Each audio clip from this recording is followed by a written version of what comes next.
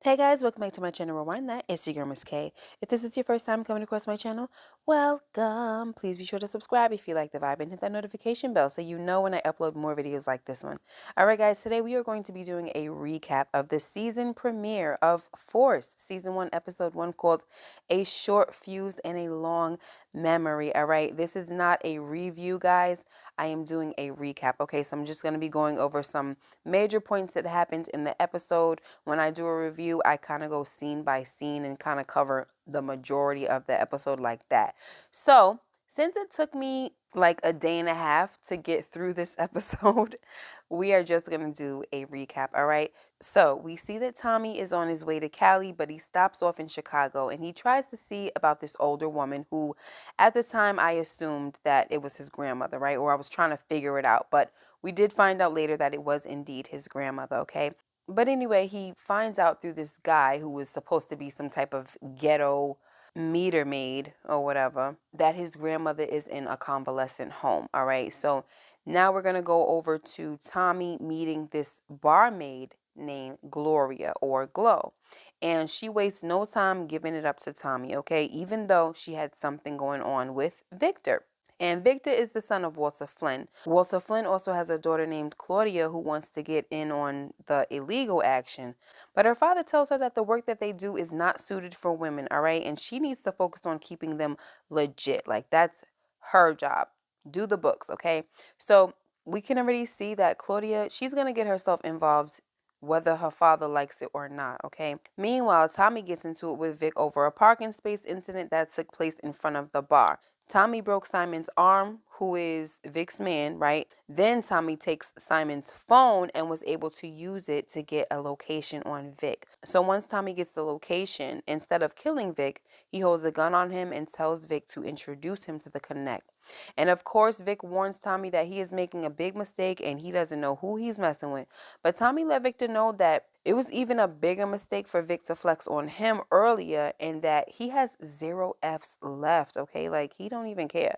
So Vic takes Tommy in to meet the Connect, but the only guys in there are 2 crackheads and Jannard, okay? Now, Jannard is with CBI, and he's the little brother of Diamond, a.k.a. D, who we saw released from prison in an earlier scene.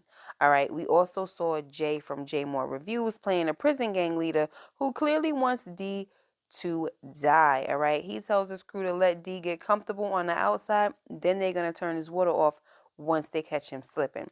Anyway, back to Tommy, Vic, Jannard, and the 2 crackheads. So Tommy realizes that the 2 junkies have never made a deal before. On top of that, Vic and Jannard realize that they were played by some guy named Zamos. And to top it off, Vic didn't even come in there with all the money, okay? He came up light, as they put it. So anyway, the crackheads, who were clearly high, started getting all nervous and stuff, and they started shooting at Tommy and them. But Tommy saves the night and even gives Vic back his gun with 1 bullet left.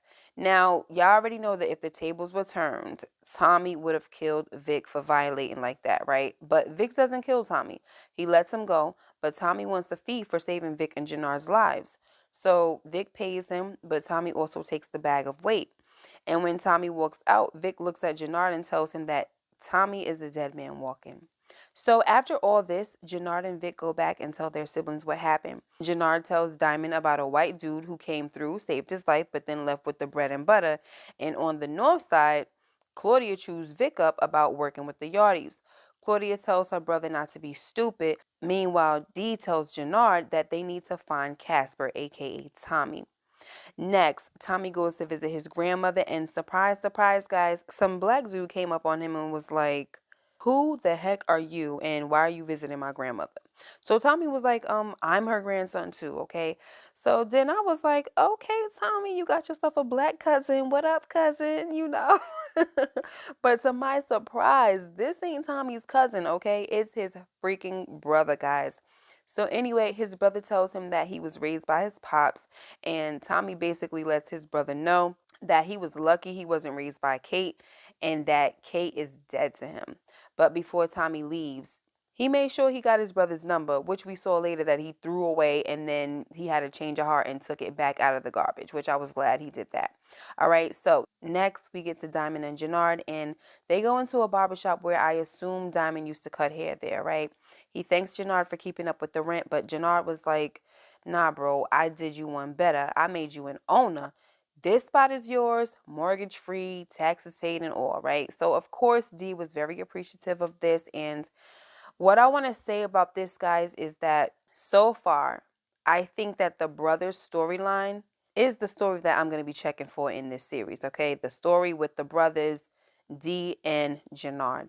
Anyway, so D tells Jannard that they need to chill with all the random popping off everywhere and that this is not how CBI does their business, okay? He tells Jannard that he's a different person and he's done killing people.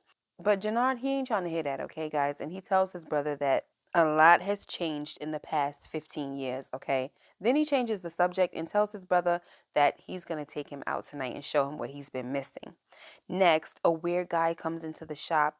He's kind of scoping out the place, just asking questions and giving off these weird vibes, right? He sits down for a minute and makes himself comfortable even after Diamond tells him that they're not officially open yet. Anyway, Diamond looked like he was ready to chop this guy's neck, but realized that dude was a cop, okay? So I'm pretty sure we're going to be seeing this guy more often because when he left, he was like, welcome back, Diamond. All right, so next, the Flynns catch up with Tommy and the consigliere dude, Paulie. He has Tommy follow them to meet Walter Flynn. Nothing much happens there, guys, but a bunch of talking, in which Tommy tells Walter that he would like to skip all the chitter chatter and just, tell me why you brought me here.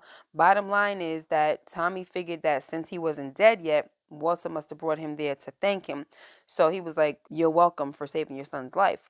So Walter tells Tommy that as a token of his appreciation, he advises him to get out of his city. So Tommy drops the bag of weight that he took earlier, then he leaves. But on his way out of town, Rodolfo calls and Tommy tells him to go screw himself. He lets him know that he don't work for nobody and he thinks he's going to stay in Chicago and work for his daggone self, all right? Become his own man. All right, and that is how the episode ended, guys. So what I just want to say real quick is, like I said earlier in this video, is that it took me some time to get through this episode because I kind of lost interest halfway through. I'm not going to lie, okay? But when I finally got back into it, I enjoyed the second half of the episode. So the second half of the episode is what redeemed it for me. And I do understand that this is just a pilot, so I'm not expecting too much to go on in a pilot.